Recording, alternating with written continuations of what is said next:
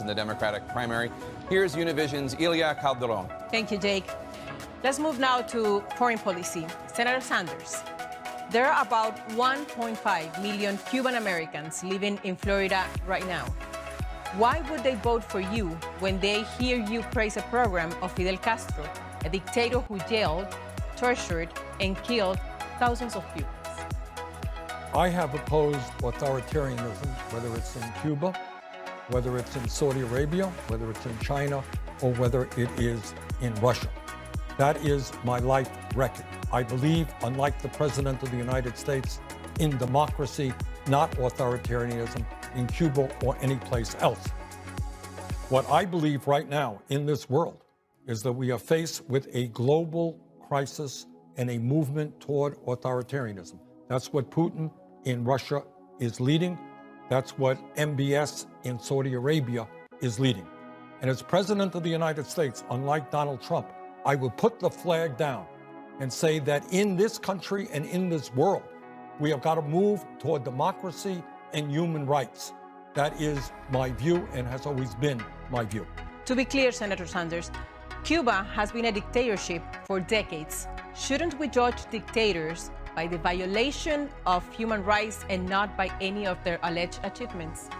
Well, I think you can make the same point about China. China is undoubtedly an authoritarian society, okay? But would anybody deny, any economists deny, that extreme poverty in China today is much less than what it was 40 or 50 years ago? That's a fact. So I think we condemn authoritarianism, whether it's in China, Russia, Cuba, any place else. But to simply say that nothing ever done by any of those administrations had a positive impact on their people would, I think, be incorrect. Vice President Biden, you have criticized Senator Sanders for praising Castro's education system. But in 2016, President Obama said Cuba made, quote, a great progress in educating young people, and that its healthcare system is a huge achievement that they should be congratulated for. How is that different from what Senator Sanders has said? He was trying to change Cuban policy so the Cuban people would get out from under the thumb of the Castro and his brother. That is to change the policy so that we could impact on Cuba's policy by getting them opened up. That was about. But the praising of the Sandinistas, the praising of Cuba, the praising just now of China. China is an authoritarian dictatorship. That's what it is. We have to deal with them because they're there. But the idea that they, in fact, have increased the wealth of people in that country, it's been marginal, the change that has taken place. It is still, they have 1 million Uyghurs, 1 million Muslims in prison camps in the West. You see what's happening in Hong Kong today. And by the way, the idea that he praised the Soviet Union when it was the Soviet Union about the things that they had done well. They're an awful dictatorship killing millions and millions of people.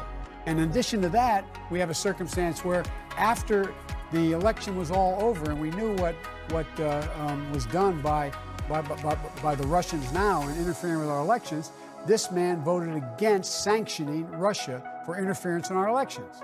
I don't get it. Well, what you don't get, and this is exactly what the problem with politics is about. All right, question. Did China make progress in ending extreme poverty over the last 50 years? Yes or no? That's like saying Jack the Ripper. No, it's not. Yes, it is. This is the problem. Yes, it is. This is the problem. We can't talk. I know there's a political line. I understand. China's terrible, awful, nothing ever good. Blah, blah, blah, blah. But the fact of the matter is, China, of course, is an authoritarian society. That's what I just said. It's a dictatorship. That's what I just said 5 minutes ago, you know? And by the way, you know, the question that was asked quoted Barack Obama. President Obama was more generous in his praise of what Cuba did in healthcare and education than I was. I was talking about a program 60 years ago in the first year of the Castro revolution. So the bottom line is that I think it's a little bit absurd if we're going to look at the world the way it is. Of course we are opposed to authoritarian. And by the way, you know, before it was considered good policy, good idea. I was condemning the dictatorship in Saudi Arabia when a lot of other people in Washington I was condemning the dictatorship in the UAE. You were not. Thank you, Senator Sanders. Vice President Biden. Look, the idea of occasionally saying something nice about a country is one thing. The idea of praising a country that is violating human rights around the world is, in fact, makes our allies wonder what's going on. What do you think the South Koreans think when he praises China like that? What do you think the Australians believe in the shadow of China? What do you think is happening in Indonesia in the shadow of China? What do you think is happening in terms of Japan in the shadow of China? Words matter. These are flat-out dictators, period. They should be called for it, straight up. We may have to work out. For example, I was able to help negotiate a new START agreement with Russia. Not because I like Putin. The guy's a thug. Mr. Vice President, sticking with foreign policy, you acknowledge that your support and vote for the Iraq War was a mistake. What lessons did you learn from that mistake, and how might those lessons influence your foreign policy decision-making as president? I learned I can't take the word of a president when, in fact, they assured me that they would not use force. Remember the context. The context was the United Nations Security Council was going to vote to insist that we allow inspectors in to determine whether or not they were, in fact, producing nuclear weapons or weapons of mass destruction. They were not. And what's the first thing that happened when we got elected? The President Obama turned to me and said, get those troops out of there. I was responsible for getting 150,000 combat troops out of Iraq. I admitted 14 years ago was a mistake to have trusted him. And I'm prepared to compare my foreign policy credentials up against my friend here on any day of the week and every day of the week. Let's start off with the war in Iraq, Joe. I was there too. I was in the House. I understood. And by the way, let's be clear about what that vote was. And you were there at the signing ceremony with Bush. Everybody in the world knew that when you voted for that resolution, you were giving Bush the authority to go to war. And everybody knew that's exactly what he and Cheney wanted to do.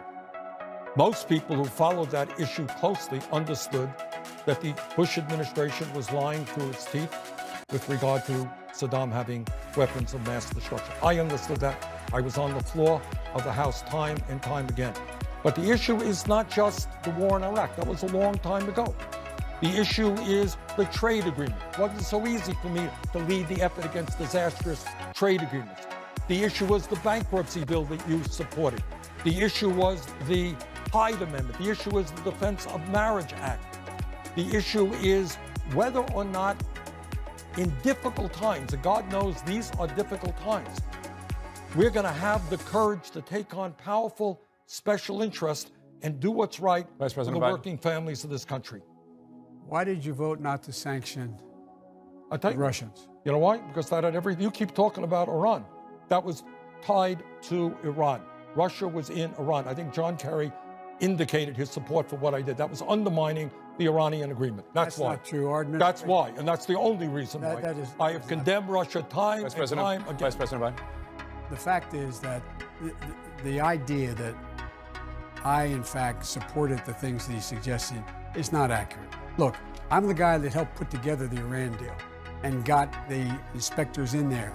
That was my chief of staff was the guy, my foreign policy guy, doing that negotiation. I was the guy that helped put together a 60-nation organization to take on the ISIS in Iraq and in Syria. I've dealt with these folks. I know them, and I know what they're like, and I know who the good guys are and who the bad guys are.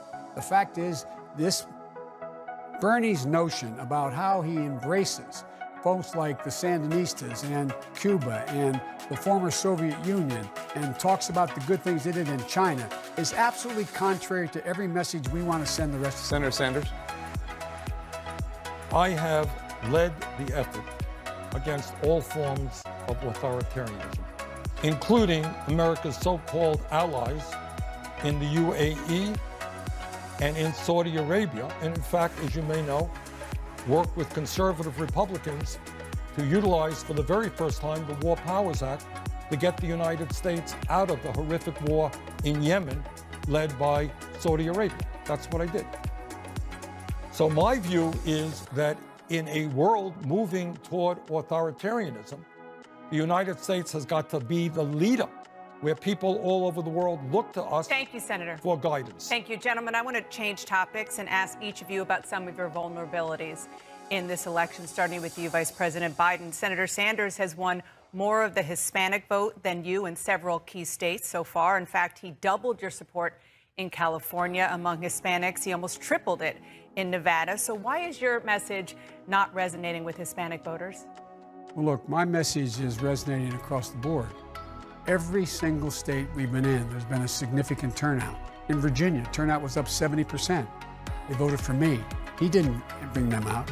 I brought them out. And number two, look what's happened in Mississippi. Look what's happened in North Carolina. Look what's happened in Washington State. Look what's happened across the board. Why is it that I'm winning all those places? What's the reason? What's the reason? The reason is because they know I am a Democrat with a capital D who in fact believes that our base is the base of the Democratic Party, which are hardworking men and women who in fact are high school educated, African Americans and minorities, including Hispanics, but all minorities, suburban women, people who in fact have a sense of our place in the world. That's why I am winning, not just winning, but overwhelmingly winning. Not even close in these places. Senator, Well, you didn't. Senator Sanders, let me just follow up with you about an issue that you're having. For the second consecutive presidential election, you're struggling to gain wide support from African Americans. Why is your message not resonating with African American voters? Here is what I believe is happening, and this is an important point, and why I decided to run for president. I think it's imperative that we defeat Trump. I think our campaign of a biracial, bigenerational, multi-generational grassroots movement is the way to do it. Now, we have won some states. Joe has won more states than I have. But here's what we are winning. We are winning the ideological struggle, even in states like Mississippi, where Joe won a major victory. Turns out that a pretty good majority of the folks there believe in Medicare for all. And that's true in almost every state in this country. And the other issue that we don't talk enough about is we are winning the generational struggle. Depending on the state, we're winning people 50 years of age or younger, big time people 30 years of age and younger. I frankly have my doubts. Look, if I lose this thing, Joe wins. Joe, I will be there for you. But I have my doubts about how you win a general election against Trump. Will be a very, very tough opponent unless you have energy, excitement, the largest voter turnout in history. And to do that, you are going to have to bring young people who are not great voters. They don't vote in the kinds of numbers they should into the political process.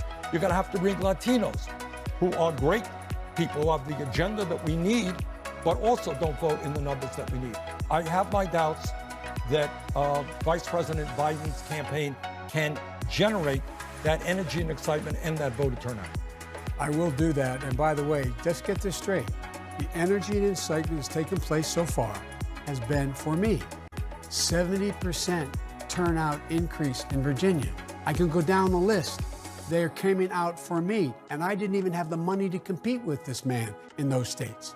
I virtually had no money. The press kept saying, Biden has no money. And they were right. Biden had no money. And the idea, why are they doing that? The reason they're doing that is because they understand I know what has to happen, that I know what needs to be done. And by the way, the idea that everybody supports Medicare for all, he still hasn't indicated how much it's going to cost people. He's yet to know exactly what's going to. So here's my point. People don't know the detail at all. And the fact is, I am winning overwhelmingly among Democratic constituencies across the board. Thank you, Mr. Vice President. We're going to be right back with more from the CNN Univision Democratic presidential debate. Stay right there.